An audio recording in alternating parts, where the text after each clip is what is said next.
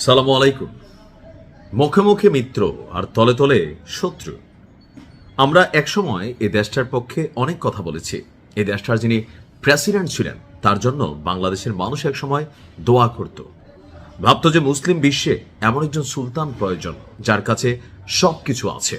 কথা বলছি তুরস্কের প্রেসিডেন্ট রিসেপ তাইয়েব এরদোয়ানকে নিয়ে।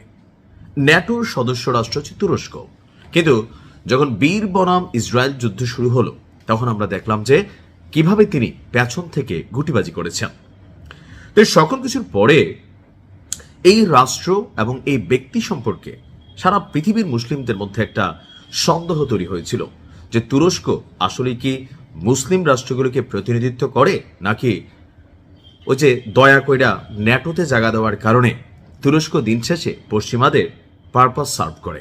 বাস্তবতা হচ্ছে তুরস্ক পশ্চিমাদের পারপাস সার্ভ করে, আর এই পারপাস সার্ভকারী রাষ্ট্র যখন ইরান এবং মার্কিন যুক্তরাষ্ট্র ইসরায়েল ত্রিমুখী লড়াই চলছে তখন গুটিবাজি করার চেষ্টা করছে, নিন্দা বিবৃতি দিয়েছে, কিন্তু কাজের কাজ কিচ্ছু করেনি, তলে তলে সবকিছু স্যাটেল আছে। আর এখানে আপনার দেখা গেছে যে মার্কিন স্বার্থ সংশ্লিষ্ট স্থাপনাগুলোও রয়েছে তুরস্কে, আর ইরান এই সুযোগটাকে কাজে লাগিয়েছে। দর্শক, আমি যখন নিউজটি করছি গেল কিছুক্ষণ আগে থেকে তুরস্কে ক্ষেপণাস্ত্র হামলা শুরু করেছে ইরান। বলা হচ্ছে যে এই কি বলা হয় যে আপনার ঝাঁকে ঝাঁকে ক্ষেপণাস্ত্র এবং ড্রোন ছুড়েছে উগ্র ইসলিদের ভূখণ্ড এবং উপসাগরীয় দেশগুলোই মার্কিন স্বার্থ সংশ্লিষ্ট যে স্থাপনা আছে তুরস্কেও তেমন স্থাপনাগুলোকে লক্ষ্য করে অভিযান চালিয়েছে ইরান। তুরস্কে সরাসরি মার্কিন কোনো সামরিক ঘাঁটি না থাকলেও দেশটিতে পশ্চিমা সামরিক জোট ন্যাটোর ঘাঁটি আছে।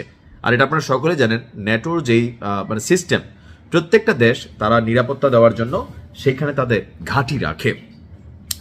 আঙ্কারা অর্থাৎ তুরস্কের রাজধানী আঙ্কারা নিজেও এই জোটের সদস্য। এ কারণে সেখানে ন্যাটোর ঘাঁটি সহ বিভিন্ন স্থাপনা সেখানে রয়েছে যেগুলো যৌথভাবে ব্যবহার করে পশ্চিমারা।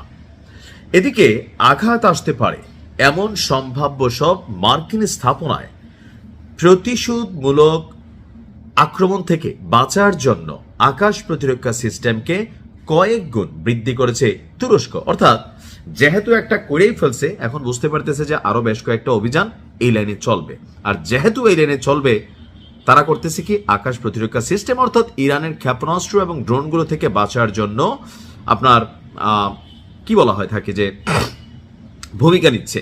তবে ইরান বলছে যে তুরস্কের সাথে সরাসরি অথবা মধ্যপ্রাচ্যের রাষ্ট্রগুলোর সাথে ইরানের সরাসরি কোনো বিরোধ নেই। মধ্যপ্রাচ্যের রাষ্ট্রগুলোর কোনো যেগুলোর নিজস্ব সম্পদ এবং সম্পত্তি বা সাধারণ জনগণ বা সামরিক স্থাপনা কোনোটাই ইরানের টার্গেট না। ইরানের টার্গেট শুধুমাত্র যেখানে মার্কিনী এবং ইসরায়েলিদের স্বার্থ সংশ্লিষ্ট কোনো রকম স্থাপনা আছে, ঘাঁটি আছে, সেগুলি হচ্ছে ইরানের টার্গেট। আজকে তুরস্ক বলছে যে ইরান থেকে উৎক্ষেপণ করা একটি ব্যালিস্টিক মিসাইল আঙ্কারায় এসে আপনার অবতরণ করেছে। তুরস্কের আকাশ সীমার প্রবেশের পরপরই ন্যাটো আপনার তাদের যে আকাশ প্রতিরক্ষা সিস্টেম সেটা বেশ কয়েকটি কি বলা হয় যে মিসাইলকে আকাশেই ধ্বংস করে দিয়েছে, তবে দু একটি মিসাইল খালি জায়গায় পড়েছে। তো আমার কাছে মনে হয় যে ইটস এ গুড ডিসিশন।